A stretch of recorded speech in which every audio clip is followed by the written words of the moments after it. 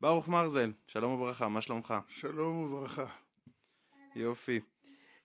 תראה, אני עושה את הפודקאסט הזה חלק ממסגרת של לימודי תואר ראשון בהוראה. אני לומד במכללת גורדון, זו שלוחה חרדית שמה. וביקשו ממני לבחור עבודה על מנהיג. עכשיו מנהיג, הוא אמר לנו, המרצה יכול להיות כל מיני היבטים, היבט משפחתי, מישהו שעלה לארץ והקים משפחה, זה יכול להיות אדם שעשה מיזם חסד שכונתי, וזה יכול להיות מנהיג ציבורי, ואני מסתכל על הקריטריונים, ואומר לעצמי, יש לי מישהו אחד שיש בו את כל הקטגוריות, במבצע 1+1. בקיצור, אז אני אומר, אמרתי, אני רואה שיש לי מישהו שעולה על כל הקריטריונים, זה אתה. אז אנחנו ננסה לעבור ככל שיותר לנו הזמן לכמה נושאים. בעזרת השם נשתדל לענות. מעולה. אז אני אתחיל מהדבר הראשון שככה עולה לי.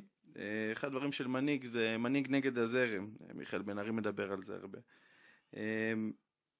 לומר את הדעות ללא חשש, גם שתוקפים אותך, מגנים אותך. איפה בעצם זה מתחיל, מאיפה הכוח, הדבקות זו שנים, איפה בכלל פוגש אותך, מאיפה הגעת לפעילות הזאת, לדרך הזאת? אצלנו מקובל שמשהו חי שוחה נגד הזרם. דגים מתים הם נסחפים עם הזרם, דגים חיים שוחים נגד הזרם. לא רק מנהיג, משהו חי. אני לא ראיתי את זה במשך הרבה שנים כמנהיג או משהו כזה, הייתי תלמיד של מורנו ורבינו הרב כהנא זכר צדיק וקדוש לברכה. בתחילת הדרך, כשהוא עלה לארץ, כבר הצטרפתי, אז יותר היה מלחמה לפתוח את שערי ברית המועצות, וזה היה מאבק גדול מאוד שברוך השם הרב כהנא הצליח לפתוח את שערי ברית המועצות. זה מה שמשך אותך בעצם. ולהוציא למעלה ממיליון יהודים משם, או 1.5 מיליון יהודים. מה שמשך אותי אצל הרב כהנא זה א' הגבורה. הייתי אדם גיבור שאומר את האמת, לא מפחד להגיד מה שהוא חושב, ומתמודד עם בעיות שאף אחד אחר לא מתמודד. זאת אומרת, תמיד אתה רוצה לראות את ההפך של הרב כהנא, יאיר לפיד. תמיד הולך איפה בנט, אנשים שהולכים איפה שהמים זורמים, איפה שנוח. היום גיוס זה דבר פופולרי, מדברים על הגיוס, זה שלפיד לא היה בצבא בכלל, היה בעיתון במחנה, אבל הוא קל לדבר, זה ההפך של מנהיג. מנהיג אמיתי זה אחד שבא ואומר, אני צריך להתמודד עם הבעיה, גם כאשר זה לא פופולרי. יפה. באיזה גיל בעצם אתה מצטרף לפעילות כפעיל, עוד לפני מנהיג? היה אצלי בבר מצווה, אני הצטרפתי בערך בגיל 12,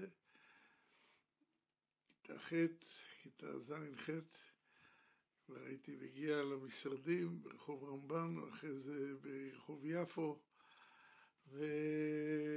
ובעיקר התחלתי ללכת לשיעורים שלו.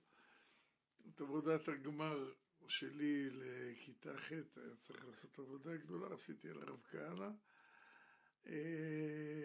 בערך לפני 55 שנה,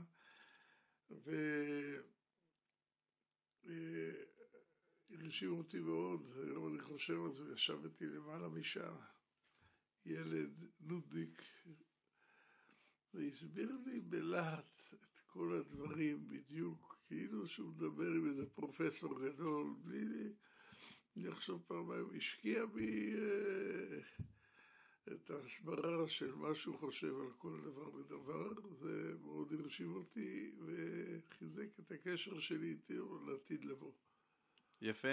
אתה מזכיר לי משהו ככה, אני אגיד על עצמי, שבטירונות שלי בצבא, זה לעשות סקירת מנהיג. אז עשיתי, אפשרות אפילו לבחור 2, עשיתי הרב כהנא ואברהם מאיר שטרן. בסוף יצא לו, קראו לי לדבר, אבל אני לפחות לחברים, וזה הראיתי להם על מי אני עשיתי, אז ככה... לא במקרה לא קראו לך לדבר. כנראה. הרב כהנא עצמו היה מנהיג גדול, תלמיד חכם. פה הסברת על איך שהתחלת לצרף כפעיל. באיזה שלב ואיך בעצם התקרבת להיות ממש אחד האנשים אולי אפילו הכי קרוב אליו, או בין הקרובים אליו ביותר? איך... טוב, זה תהליך, אף פעם לא חשבתי שאני אהיה כל כך קרוב. הרב כהנא היה תלמיד חכם גדול, אנחנו רצנו אותו, אנחנו כל שבוע לשיעורי תורה שלו, שיעורים בהשקפה, שיעורים על הסדר, אהבת ישראל, אהבת ארץ ישראל, אהבת עם ישראל, תורה, יחס לערבים, יחס לכל הדברים שהיום אנחנו מתמודדים איתם. הרב כהנא התמודד איתם לפני 50 שנה. ואני, אחת התכונות שאני לא הייתי מיוחד, היו ליד הרב כהנא אנשים יותר טובים ממני, יותר מוכשרים ממני, אבל פחות התמידו ונשברו. יש היום בממשלה שרים, יש בכל מיני תפקידים בכירים מאוד של מדינת ישראל, אנשים שהיו קרובים לרב כהנא, ובאיזשהו שלב החליטו שאצל הרב כהנא לא יהיה קריירה, כבוד לא יוצא שם, כסף לא יוצא שם, והלכו לחפש קריירות והצליחו. אגב, בין היתר בזכות הלימוד שהם למדו אצל הרב כהנא. אני שומע אותם לפעמים מדברים, אני שומע את הרב כהנא. לקחו ממנו טקטיקות. יש היום טראמפ ונתניהו ועוד הרבה מנהיגי עולם אומרים לעולם לא עוד. זה היה הסיסמה של הליגה להגנה יהודית. זה היה סיסמה שהוחדרה על ידי הרב כהנא, וכולם משתמשים בה.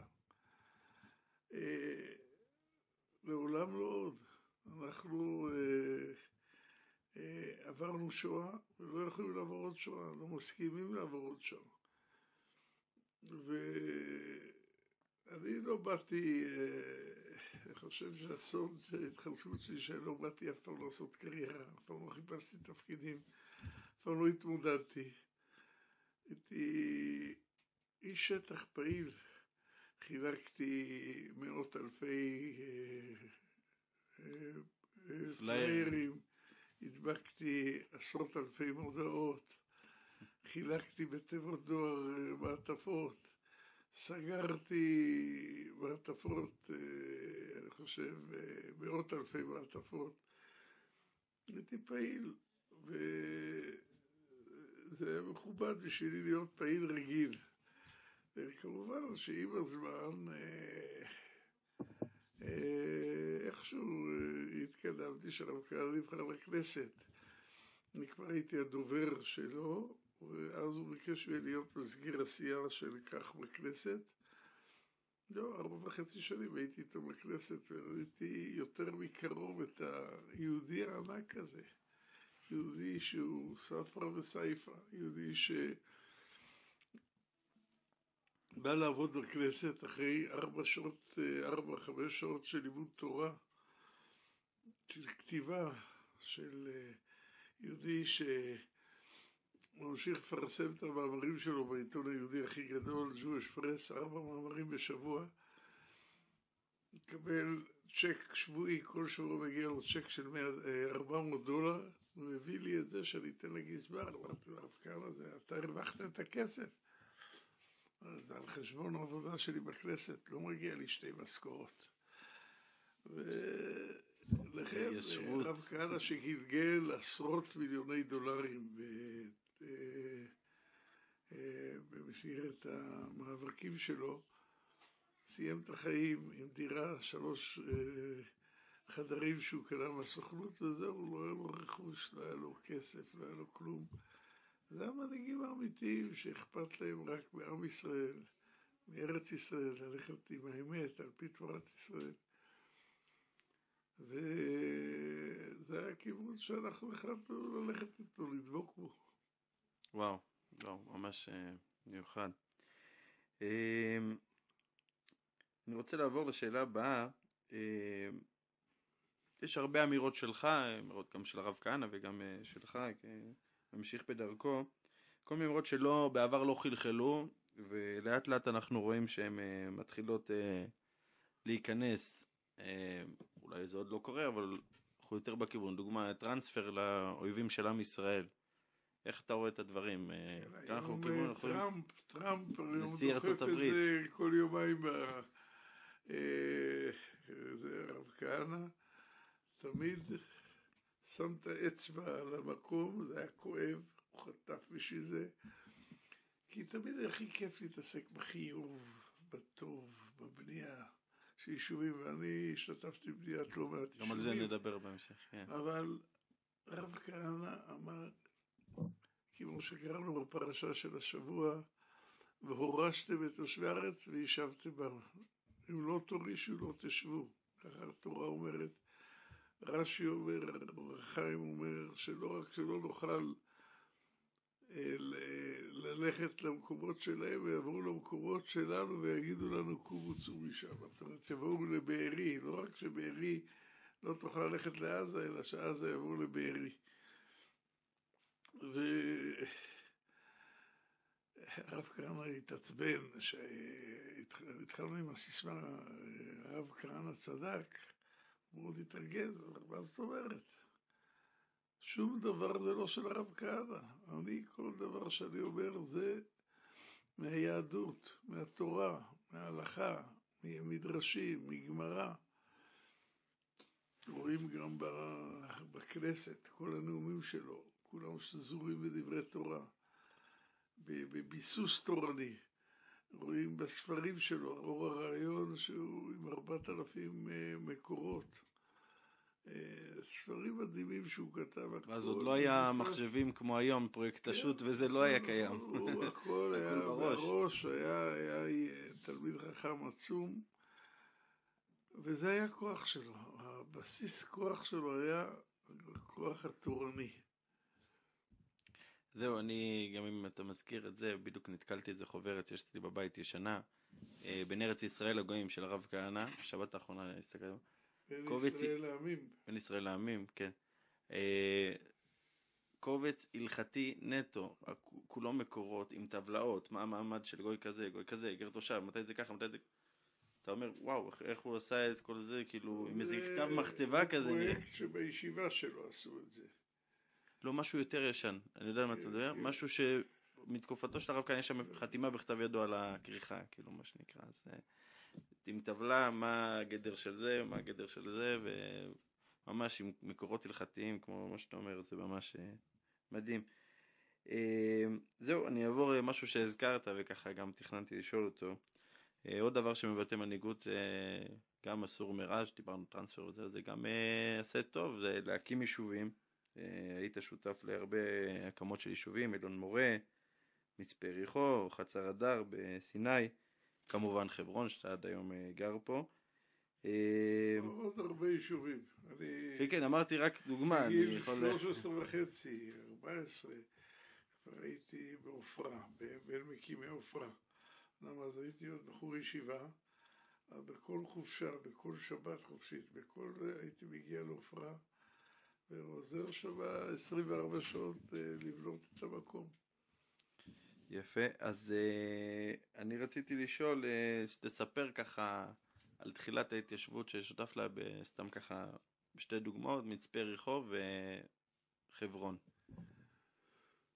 מצפה יריחו זה מתחיל ברב כהנא גם כן, שהקים את גרעין יריחו. אגב, הוא מסמן את הנושא, שאחר כך באוסלו אנחנו רואים כמה הוא היה גאון. אומר, יריחו מנעולה של ישראל, ככה כתוב בחז"ל. צריך לשים מנעול על המנעול, ולבנות יישוב ביריחו. רב כהנא התחיל גם את ההתנחלויות באזור שכם בהתחלה, פונינו משם על ידי גנדי, אז היה לו פיקוד. אבל מעבר לזה, הוא הקים את גרעין יריחו, וניסינו להקים שם, להתיישב שם בתוך יריחו. אחרי כמה שנים הוא הגיע למסקנה שזה שהוא נוכח במאבק, זה גורם לעוד סיבה שהממסד בישראל יקשה על בניית היישוב, ולכן הוא פרש. הודיע, חבר'ה, תמשיכו, אני לא, עדיף שלא יהיה בתמונה. ולכן את מצפה יריחו הקים הגרעין הקשה, זה היה תלמידיו של הרב כהנא. אבל איך קם מצפה יריחו? ניסינו להתיישב ביריחו כמה פעמים, ולא הצלחנו, ואז עלינו מישור אדומים, בנינו שם ברטונים, ואנחנו מחכים לזה, ואז אריק שרון. מה זה ברטונים? ברטונים זה פחונים כאלה. צריפים. זה דבר חכם כל כך, כי בחום של מלא אדומים התבשלנו בפנים, אבל זה היה דבר שקל לבנות אותו. התמקמנו בתוכם, ואז אחרי כמה שבועות אריק שרון הלכו לפגוש אותו, הוא אמר, מה, אתם עוד לא עליתם לטבע קריש? אז טבע קריש זה המקום שמצפה יריחו ממוקמת. אותו יום לא היינו מאורגנים לעלות, שלחו אותי. זה מיקום אחר מהמיקום שהתיישבתם אותך? זה מקום שמצפה יריחו נמצאת היום, זה לא יריחו, אמרנו, נגיע למקום שצופה על יריחו, ומשם נתקדם. אגב, מצפה יריחו יצא שם עוד יישוב, ורד יריחו, שהוא כבר יותר קרוב. החילונים התפצלו ועברו לשם, הדתיים נשארו במצפה יריחו. ואני ויהודי בשם אריה בר נתן נשלחנו עם מסעית של אלטה זכן, שפרקנו שם בטבע קריש, ותפסנו את הגבעה. אני זוכר הגיע אלינו סיור של הצבא, פתאום מגלה שם איזה מדורה, זה ניגש. אז המ"פ, בחור מטירת צבי, ניגש אלינו, אומר, מה אתם עושים פה? אנחנו מקימים פה יישוב, אריק שרון שלח אותנו. אומר לנו, אתם מקימים יישוב? וככה נראה יישוב? בחיים לא יצא פה יישוב במדבר הזה, בחור הזה, צחק ולעג לנו. אריה בר נתן, שהיה גם במלחמת השחרור בטירת צבי, אמר לו, אתה תראה יישוב גדול פה. ואכן, במצפה יריחו היום יש כבר, אני חושב כבר איזה 800 משפחות, משהו כזה. יישוב גודל וגודל, ואם הממשלה הייתה מאפשרת, הוא היה גודל כבר לאלפי משפחות. וזה היה חזון להתפרץ, אז ביהודה ושומרון כמעט לא היו יישובים. היה בגוש עציון יישוב, היה עד אז עופרה, אלקנה, קדומים, אז הוקם מצפה יריחו. מדהים, אז זה בעצם מדהים איך היום, זה מניעה מאז. כן, בוודאי, אבל עוד פעם, אנחנו כמו הרב כהנא, כל עוד לא הייתי נשוי, גמרתי לשים את היישוב הזה על הרגליים, והתקדמתי הלאה לעוד משימות בחיים. לא נשארנו שם. כן, אז חברון בעצם זה...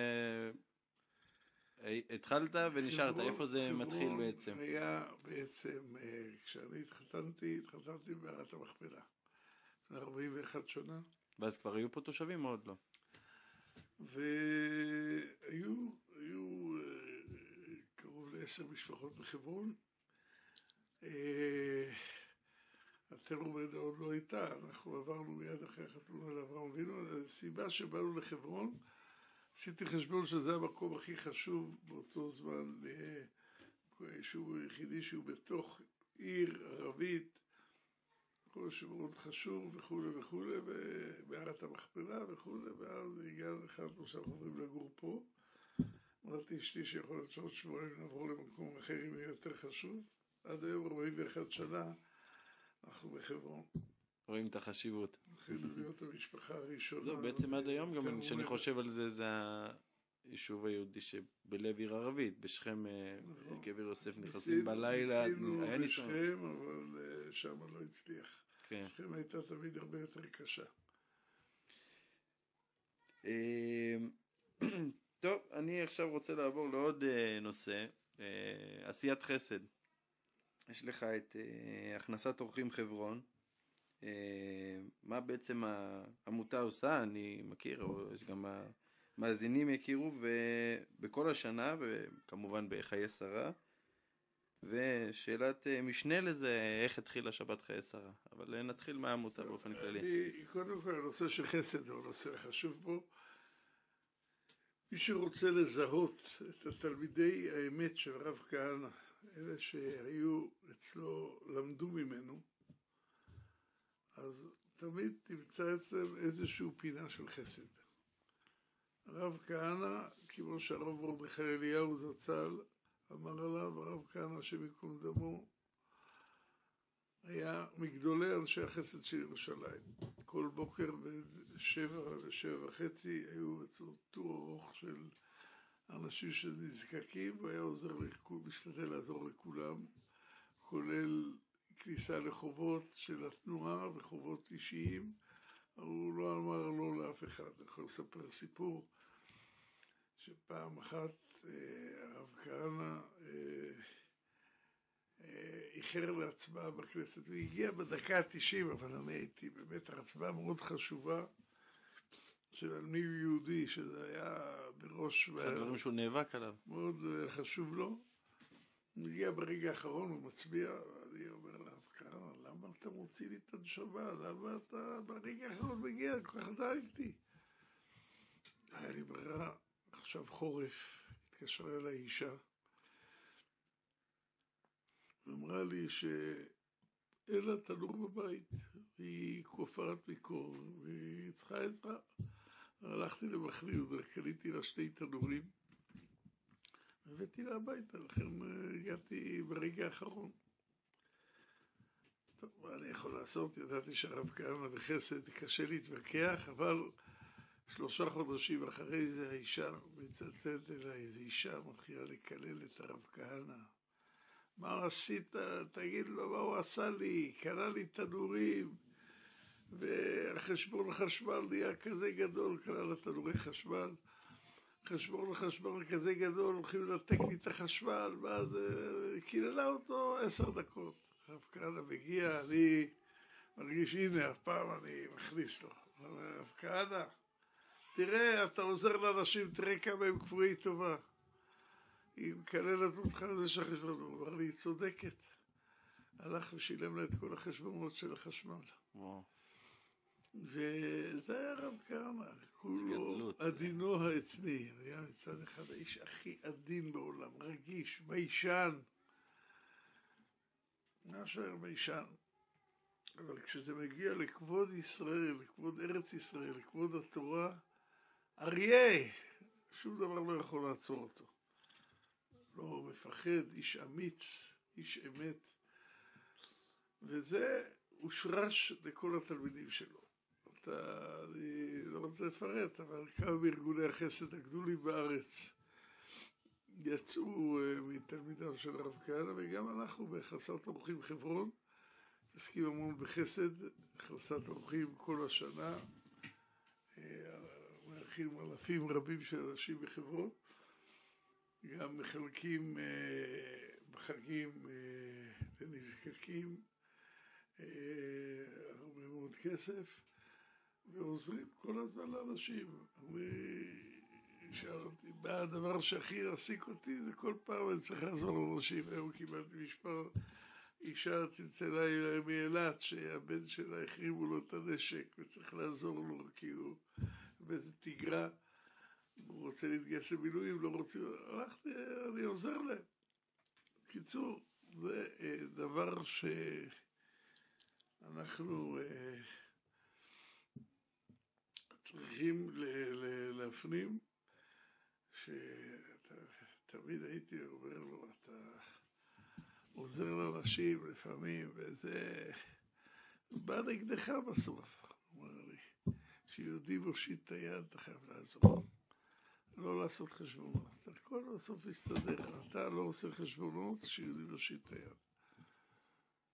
וואו. יפה, יפה מאוד. זה ממש עוד מוטיב חשוב, כן? לא רק להגיד אמת וזה, זה גם חסד, זה מנהיג אמיתי שיש בו... האמת, צדקה, הרב כהנא אומר, זה מלשון צדק. מלשון צדק. השיר יש הרבה, לעני יש קצת, הכל זה של הקדוש ברוך הוא, שהשיר נותן לעני, זה עושה צדק. צדק בעולם, יפה. מאיפה מגיע הרעיון של שבת חיי שרה? זה גם, אני חושב שזה רעיון שלך, אני זוכר טוב. היינו תקופה ארוכה באינתיפאדה קשה, והיה תקופות קשות מאוד בחברון. הגיע אחרי זה הביא את הסכם חברון, אבל אנחנו החלטנו שאנחנו צריכים לארגן שבת גדולה בחברון. היה מחלוקת ביישוב, חלק חשבו שאף אחד לא יבוא, וצריך לעשות שבת חברון, זה בשבת חיי שרה, לנסוע להביא את חברון לארץ. נכון, לנסוע לערים ולדבר עם התושבים. ואני חשבתי שאין דבר דומה להביא לפה, להביא למערת המכפלה. בעצם כאן בבית התחילה שבת חיי שרה, כאשר אנחנו אירחנו בשבת הראשונה כ-180 איש, ובישיבת ניר עוד 180 איש. שבת שנייה זה היה כבר 300 ו-300, שבת שלישי זה כבר נהיה 900 ו-900, ואז אשתי אומרת לי, אנחנו עושים פה נגלות והכל, אבל אי אפשר לעבוד בזה. ואז עברנו לשכונת אברהם אבינו, שם היינו מארחים את כל האנשים לסעודות. ומה זה רק גדל וגדל? זה הולך וגדל, כן, חיי שרה. ככה אנשים מתחברים לחברון, מכירים את חברון. יפה. עוד מוטיב נוסף, זה גם נושא של כתיבה. יש לך הרבה מאמרים שאתה כותב על כל מיני נושאים, כמובן מטובלים בדברי תורה, והספר ודיברת בם על פרשות שבוע, וגם אתה איש חינוך, אפשר לומר, הקמת את תלמוד תורה מערת המכפלה, אני אגיד גילוי נאות שאני זוכה ללמד בו. מאיפה בא הרעיון לספר ואיך הוא קם תלמוד תורה? כשהיו שואלים את הרב כהנא מה זה תנועת כך, הוא אמר, זה תנועה חינוכית אידיאולוגית. אנחנו לא באנו לכפות על אנשים את הדעה שלנו, זה לא יעבוד. הרב כהנא אומר, השב"כ היה משלם לי הרבה כסף שאני אלך להרוג איזה ערבים והתפטרו מהרב כהנא לכל החיים. שימו אותו בכלא וזהו. אנחנו באנו לחנך את עם ישראל לדרך האמת, לדרך של התורה, לדרך של השלמה. שלמה בארץ ישראל, שלמות הארץ, שלמות העם, שלמות התורה והוצאת האויב מתוכנו וכו' וכו'. זה חינוך. ולכן הרב כהנא גם לפעמים על ידי מעשים שהוא עשה. מול הרפורמים היה מביא להם פעם עז, שהעז התגייר. זה היה, עשה כותרות בכל התקשורת. אז הוא רצה להסביר שהרפורמים מאבדים את הגבולות. אם הם מגיירים כל מיני גויים באוקוס פוקוס. הוא מגייר עז, יש לו זקן, הוא לא מדבר לשון הרע. וכו' וכו'. יכול להיות רב. הוא עשה מזה הצגה גדולה, ובפעולות כאלה אתה מחנך, מה שהיה בבריכה של הסודנים. לקחו הסודנים לבריכה, ואז אתה רואה את כל היפי נפש שרוצים שהסודנים יישארו בארץ, פתאום כמה הם גזעניים באמת. הגזענים האמיתיים זה הצפונבונים השמאלנים. הם רוצים לוותר על ארץ ישראל כדי להתפטר מערבים. לא רוצים את הערבים פה. עכשיו, אז אנחנו לפעמים, הפעילות האקטיבית היא חלק מחינוך, אבל כל ענייננו זה חינוך. לגבי התלמוד תורה הזה, אני הייתי צריך לילדים שלי בית ספר. הרב כהנא הם מאוד בעד שינון, ואני, ילדים שלי הגיעו לכיתה א', פתחו זילברמן, הוא נסגר אחרי שנה, לא הצליחו לאסוף כסף. אז אשתי אמרה, אתה עכשיו תופס את זה בידיים ומרים את המוסד הזה, ואני כבר 24 שנים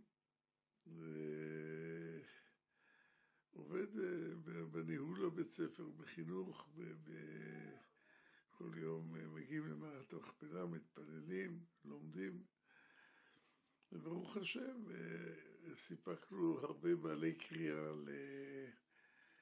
לעם ישראל, הרבה ילדים שמגיעים לבר מצווה ויודעים את כל התנ"ך ואת כל המשניות, חלק גדול בעל פה, זה דבר גדול.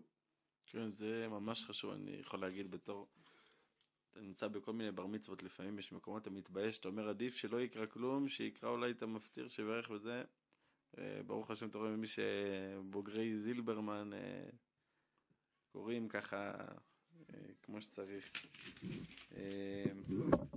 ברוך השם. עכשיו חוץ מהקמת יישובים שהזכרנו קודם, היה גם בתוך היישובים את הצד ההפוך, שכל מיני ממשלות עשו פשע של גירוש של יישובים, גם בימית, וגירוש גוש קטיף, חוות גלעד, ואפשר למנות עוד הרבה.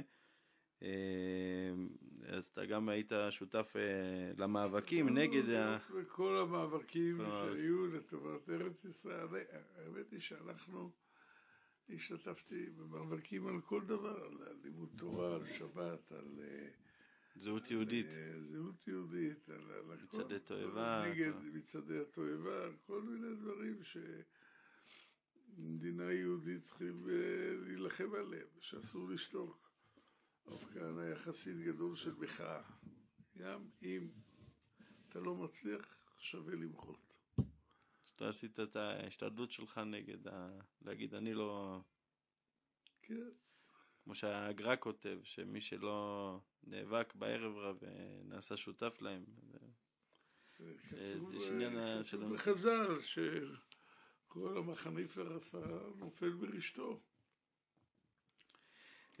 זהו, אז אני עכשיו רציתי להתמקד, ככה אנחנו בדיוק גם בזמן, אנחנו בדיוק 20 שנה לגירוש גוש קטיף, בטח שמחת תורה, שאנשים מתחילים ככה יותר להבין עד כמה זה היה אסון, מה שהזהירו מראש, הזהרתם מראש. בעצם מה, תשתף ככה משהו שהולך ככה מאבק על גוש קטיף שלך, עוד הרבה יהודים, מהעיניים שלך. אנחנו השתתפנו שם במאבק, תמיד ניסינו להפוך אותו למאבק יותר רדיקלי. הממסד של מועצת יש"ע תמיד ניסה איכשהו... באהבת תחינה, באהבה לנצח. כן, כל מיני ביטויים כאלה, ומלחמה לא מנצחים באהבה. מלחמה, כתוב כי תצא למלחמה על אויביך, צא עליו בחמה, בזעם, בנקם, צריכים להילחם, אין מה לעשות. ואי אפשר לנצח אם נלחמים באהבה. וזה בעצם סוד כל העניין. אנחנו ירדנו, הייתי גם בחבל ימית 4 שנים במאבק. הקמנו שם את היישוב עצמונה, את היישוב חצר הדר, את מורוז הים, ניסינו להקים את קדש ברנע, פסוקים בתורה, כמו שאתה רואה. ממעשי בני ישראל. אבל לא הצלחנו. הקמנו ישיבה באופירה, וניסינו את כל הדרכים כדי לעצור את המעשה המטורף הזה של בריחה בארץ ישראל ושידור חולשה וחילול השם. כל מה שהזהרנו קרה. מה שקרה בשמחת תורה, הכל אנחנו דיברנו על זה מראש, דוקטור מיכאל אמרי אמר עם השמות של היישובים שייכנסו להם, אני פחות הייתי ספציפי, אבל ברור שזה היה הכיוון. ואנחנו צריכים להבין שאני תמיד, שמגיעים מח"טים פה לאזור, באים לשבת אצלי, אנחנו נקבל אותם כוס קפה וכו', מה קורה, מה העניינים. תראו, אני נותן ייעוץ חינם. עכשיו אני אסביר לכם למה כדאי לכם להתייעץ איתי. אני 50 שנה בתחום הזה, לא תמצאו פעם אחת שטעיתי בהערכות שלי. כל הגנרלים שמעליכם, לא תמצאו פעם אחת שהם צדקו.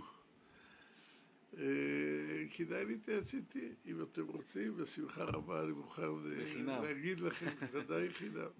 אנחנו הכל משתדלים לעשות בחינם, כסף זה לא משהו חשוב. כן, גם מתארחים אצלך חיילים פה גם בשבתות, זה חלק ממה שהזכרנו קודם.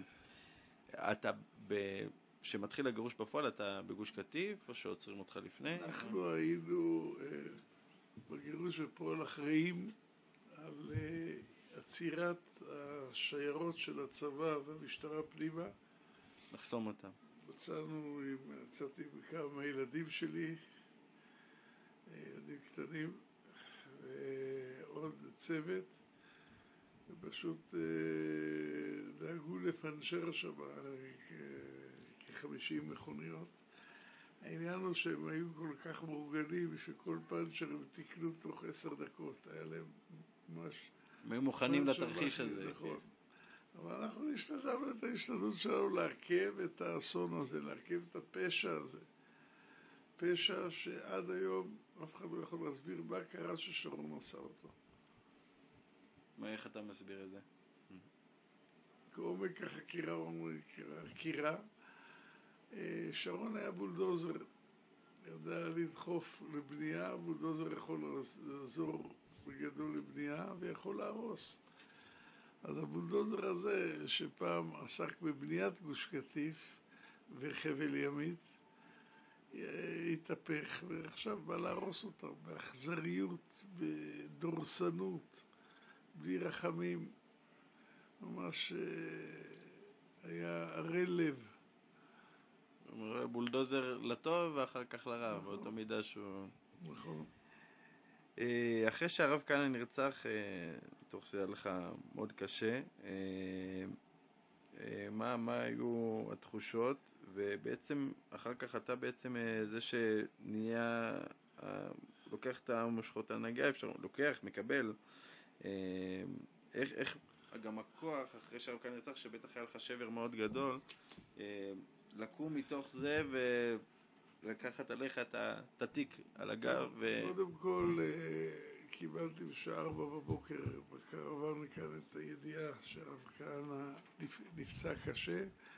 אחרי חצי שעה עיתונאי בשם מוטי אמיר הודיע לי שהוא נרצח. ואני, בניגוד למקרים אחרים, במקום לבכות, תפסתי את הראש בידיי ואמרתי, עכשיו מה אני עושה? מה אני עושה? הברומטר שלנו, הנווט שלנו, המנהיג שלנו, הרב שלנו, נרצח. אין לו תחליף, לא היה לו תחליף.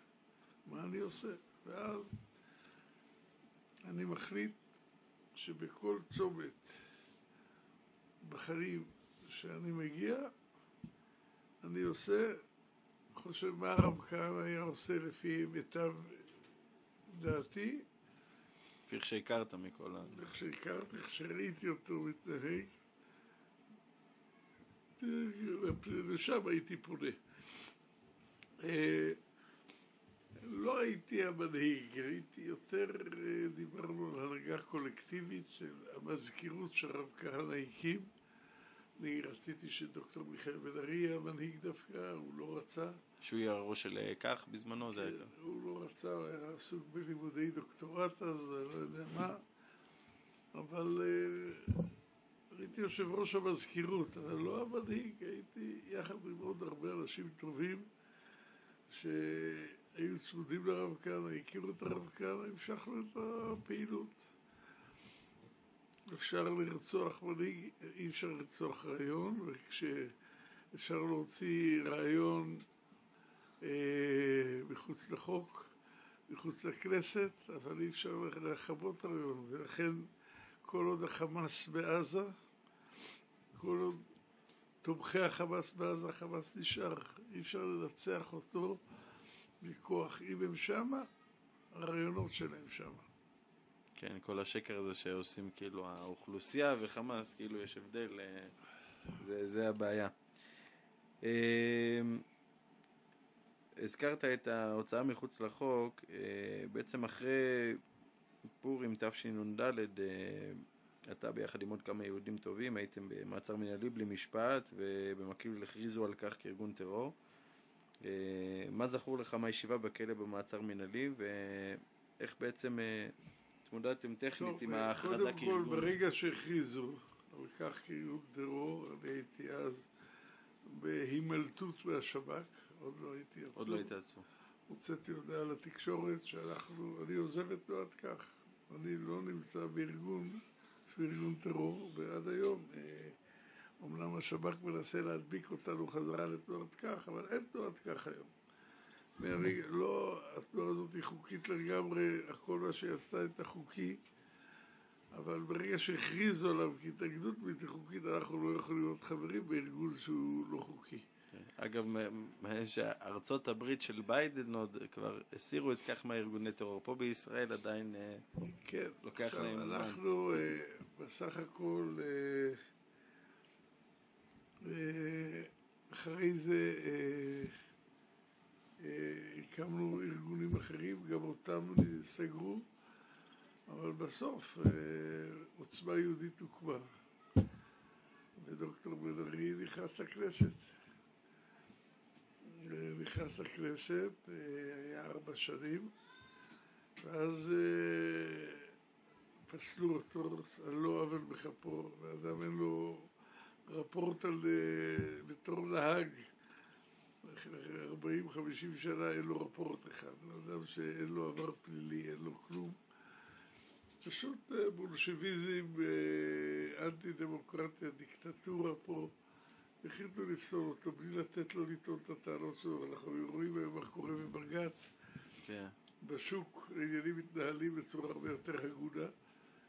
לא נתנו לעורך דין שלו לדבר. לעורך דין לדבר, שיושבים 9 שופטים וסותמים אחד את הפה, וכל אחד שלו רוצה... ההחלטה הייתה מוכנה מראש כבר. נכון. גם אני נפסלתי באותו זמן. ואז עוצמה יהודית המשיכה להתמודד, ובאופן טבעי, אחרי שאני ומיכאל נפסלנו, איתמר בן גביר נכנס לכנסת. הבנתי. עכשיו אני רוצה לחזור רגע רק לישיבה בכלא במעצר מנהלים. בסוף כן עוצרים אותך. מה החוויות שלך בכלא, ואיך התחושה הזאת של אתה בעצם עצור בלי משפט, לא... אני יכול להגיד לך, עבד השם הוא לבדו חופשי, שאתה אדם חופשי, אז סורגים לא קולעים אותך. אני הרגשתי בכלא, היה מצוין, היה נחמד. גם חבורה די גדולה יחסית. ראינו 9 עצורים מנהליים, ואחרי זה צרפו עוד כמה אסירים, ובסך הכל לא יכלו לשבור לנו את הרוח. רבין שלח את הרב הראשי לישראל, הרב בקשי דורון, שבועיים לפני שנגמר, חצי שנה עברו, לאיים עלינו שאם רק אם נבטיח שאנחנו לא ממשיכים, אז לא יאריכו לנו את הצו המנהלי. טקטיקה ידועה שהם עשו אותה עוד הרבה. פעילות נגד אוסלו, מה זה פעילות חוקית? כל מה שעשינו היה חוקי. למה עצרו אותו במעצר מנהלי? אגב, זו הפעם הראשונה והיחידה שהייתי בצוהר. כי לא היה סיבה חוקית לעצור אותנו. זה עצר מנהלי. אני עניתי בשם כל האסירים לרב דורון, רב בקשי דורון, אמרתי לו, תודיע לרבין, ימח שמור זכרו, אנחנו ממשיכים, הוא עשה את אוסלו, ואנחנו נמשיך במאבק באוסלו, וגם מהכלא אנחנו ממשיכים. לא נפסיק. לא מוותרים. אז השתחררנו, וישר שיצאנו, חזרנו לפעילות כבר במסיבת עיתונאים ביציאה מהכלא. וואו. הזכרת זה שלא היית בכלא בפועל, אבל מעצרים היו לך הרבה פעמים רדפו אותך משטרה ושב"כ. כן, במדינה... זה גם עוד התמודדות שאתה ככה... היו לי המון מעצרים, אבל אף פעם לא הורשעתי בעבירה שהצריכה כלא. בדרך כלל זה הפגנות. בוא נאמר, רוב הרשעות שלי זה על מעשי קפלן. שאותם לא עוצרים. אותם לא עוצרים, הם האליטות, הם אדוני הארץ. הפרעה לשלום הציבור, הטייטל הידוע, אז מדביקים, תקיפת שוטר וכל ההמצאות, מכירים. עשינו על האש, ליד הבית של הרב הראשי לצה"ל, מרחק. לגירוש, כן. הרב וייס. כן, עצרו אותנו, על האש. הייתי לפני כמה שנים בשבת בגבעת שמואל, זה שבת חתן שזה חבר. אנחנו רואים בבית כנסת את הרב וייס הזה. אמרנו, טוב, בבית כנסת לא נצעוק היום, חיכינו אחרי זה יצאנו מהתפילה, אחד החבר'ה, הוא בעצמו ממשפחה שלו גורשה מגוש קטיף, התחיל להתווכח איתו, דון, הוא אמר, איך אתה לא מתבייש, תסתכל לי בעיניים, גרשו את ההורים שלי, וזה מנצרים נראה לי ההורים שלו, מקהילה באריאל. אני ככה מאחוריו, התחלתי לצ'וק עליו, הטילים היום זה בגלל, זה עוד לפני שמחת תורה, מה אפשר להגיד היום, לפני כמה שנים. הטילים היום בגללך, וזה, הוא נלחץ בצעקות, זה רץ לבית, סגר בשתי דלתות, זהו, זה בושה לראות שהאנשים, גם גרשון הכהן, שעד היום לא מתחרט לרגע על מה נעשה? הוא כאילו נחזה כאיש ימין, והוא לא חוזר בו. בפתחו של גיהנום אינם עושים תשובה, מה נעשה? טוב, רציתי עוד ככה לשאול אותך, איך דיברנו על כל הנושאים, איך אתה רואה היום את הנושא של כשעכשיו מכל הוויכוח של כן לגייס את בחורי ישיבות, לא לגייס, יש גם קריאה היום אפילו, לא רק אם פעם זה היה רק שונאי דת, וזה גם חלקים בציבור הדתי-לאומי שאומרים, מה, אנחנו נשחקים מילואים פעם ופעם ופעם, איך אתה רואה את זה? מה צריך לעשות לדעת? אני שירתי בצבא, חלק מהילדים שלי והחתנים שלי שירתו בצבא, חלק הצבא לא רצה אותם כי הם קיצוניים. יש לי בן שהתגייס לצבא, לא נתנו לו נשק 3 חודשים, כל הטירונות, הוא ביקש להשתחרר, אמר, בלי נשק מה יש לי לעשות בצבא. כל היה הזה הוא עניין פופוליסטי.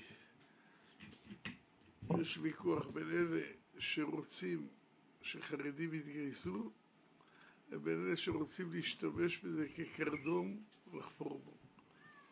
עד היום הצבא תמיד לא עמד בהתחייבות של הציבור החרדי. זה מה שאומר זיני, האלוף זיני שהיה אחראי על זה בצבא.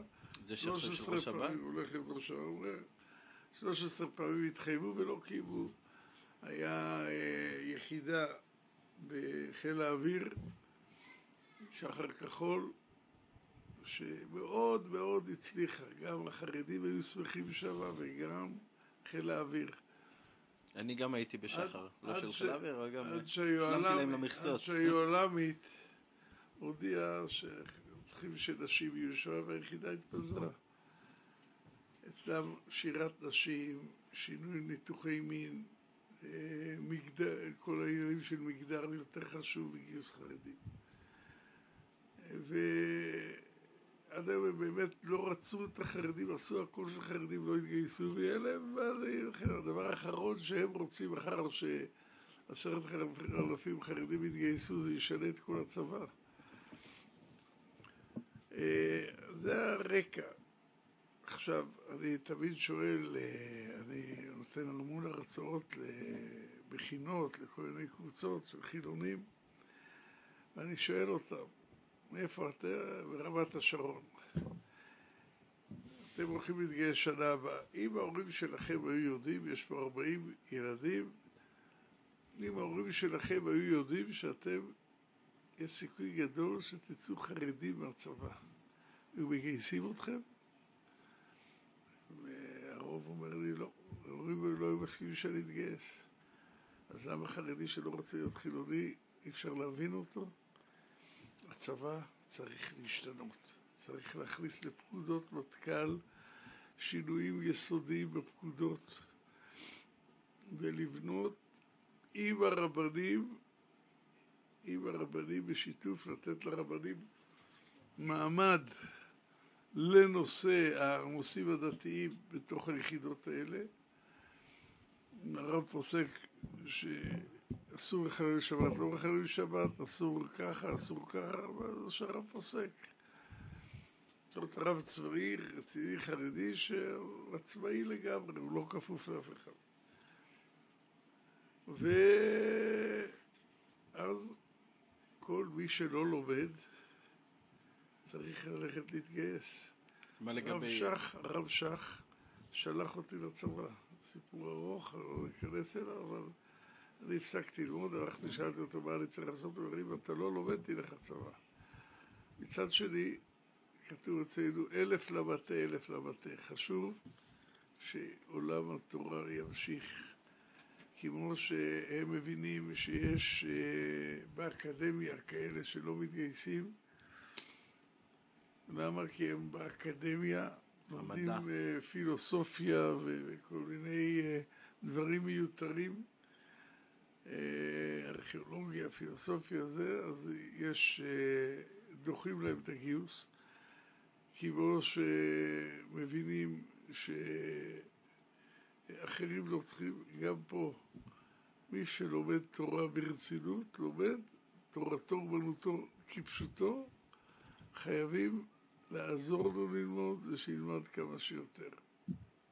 ומי שלא לומד, כמו שאתה אומר, נצח יהודה חשמונאים זה מקום שאתה היית ממליץ? אני חושב שחשמונאים הוא לא רע, נצח יהודה קצת פחות מוצלח, אבל גם חשמונאים זה לא מופיע בפקודות מטכ"ל. מחר בבוקר יכול לבוא הרמטכ"ל ולהודיע שגם בנות מצטרפות לנצח יהודה. מה יעשו? הם כבר מגויסים, לא יכולים לערוק. מה יעשו? זה לא בפקודות מטכ"ל, זה לא... זה לא נכנס בפקודות, זה יכולים לשנות את זה ברגע, ואז... ולכן פה צריך לשנות את כל היחס וכל הדברים. אני מאוד אשמח שהרבה מאוד חרדים יתגייסו, כי זה ישנה את האופי של הצבא. הצבא יהיה הרבה יותר יהודי, הרבה יותר חזק. בחורים, במקום להוריד את הכיפה בצבא, אולי החלק... יכול לשנות מקצה לקצה. נכון. רציתי לדבר עוד על הנושא של הזהות יהודית, אם יש לך ככה בראש איזה... בטח הרבה מאבקים, זה משהו ספציפי ככה שעולה לך יצא לך... למשל, לימודי תנ"ך בבתי ספר. הרב כהנא פעם עלה על הבמה בכנסת, אמר שהוא, היה אז דיון על לימוד התנ"ך בבתי ספר, הרב כהנא אמר, אני נגד שילמדו תנ"ך בבתי ספר. כולם היו בשוק. סגן השר שוסטק ניגש אליו, אתה כל היום זה? הוא אומר, אני תכף אסביר. עולה לבמה מסביר. אם יש מורה שכופר בתנ"ך, מורה חילוני שלא מעביר את הסיפור כהווייתו, זה יותר נזק מתועלת, כי זה הופך א' למקצוע הכי שנוא בבתי הספר. והדבר השני זה הבחור שהוא גומר כיתה י"ב, אומר, אני למדתי תנ"ך. וזה לא על הפנים, לא מעניין אותי. אבל אם לא יהיה לימודי תנ"ך כפירתיים או לימודי תנ"ך לא טובים, הוא יצא מבית ספר, יגיד, לא למדתי תנ"ך, ילך לחפש מקום נורמלי ללמוד תנ"ך. היום, בהרבה מבתי הספר, תנ"ך בגובה העיניים. לימוד התנ"ך הוא יותר נזק מתועלת. וצריך בשביל זה להכשיר הרבה מורים שילמדו בתי ספר חילוניים תנ"ך. אבל תנ"ך עם אמונה, תנ"ך עם הקו הרוחני של הספר, ספר הספרים. יפה, עוד אנקדוטה מעניינת. אתה רוצה ככה מילה, אני מאוד נהניתי, ככה באמת סקרנו הרבה נושאים, חסד ואמת וגבורה והתיישבות. משהו שאתה רוצה ככה לומר לסיכום, אנחנו בתשעת הימים, עוד תשעה באב, אולי זה ככה משהו לסיום על הנושא הזה. כתוב, משנכנס אדר מרבים בשמחה. משנכנס אב ממעטים בשמחה. של הרב כהנא, למה לא מרבים באבל? ההפך של מרבים בשמחה זה מרבים באבל. אומר הרב כהנא, בספר של אור הרעיון, שיהודי צריך תמיד להיות שמח. שמחה היא חלק מהאמונה. כשאתה מאמין בהשם, אתה לא יכול לא להיות שמח. אבל כשנכנס אב בגלל החורבן, אתה צריך למעט בשמחה. אתה לא יכול להיות עצבות, זה משהו שקשור לכפירה. זה משהו שאתה כאילו אין קדוש ברוך הוא בעולם. מאחר ויש קדוש ברוך הוא, יהודי לא צריך להיות עצוב. לא צריך להיות ממורמר, צריך להיות... הנקודת פתיחה היא שמחה. נכון, שמחה היא הדבר הכי חשוב. שמחה, גם מי שבאמת גם נכנס לעצב, אז הוא גם לא פועל, הוא נכנס כבר לייאוש, וזהו, הכל... ככה הוא מהשמחה יכול להתקדם. ברוך מרזל, תודה רבה, שנזכה לבניין המקדש, בעזרת השם, גאולה השלמה, גאולה תרחישנה. עד תשעה באב שנתבשר בשורות טובות, גאולה שלמה. אמן, אמן.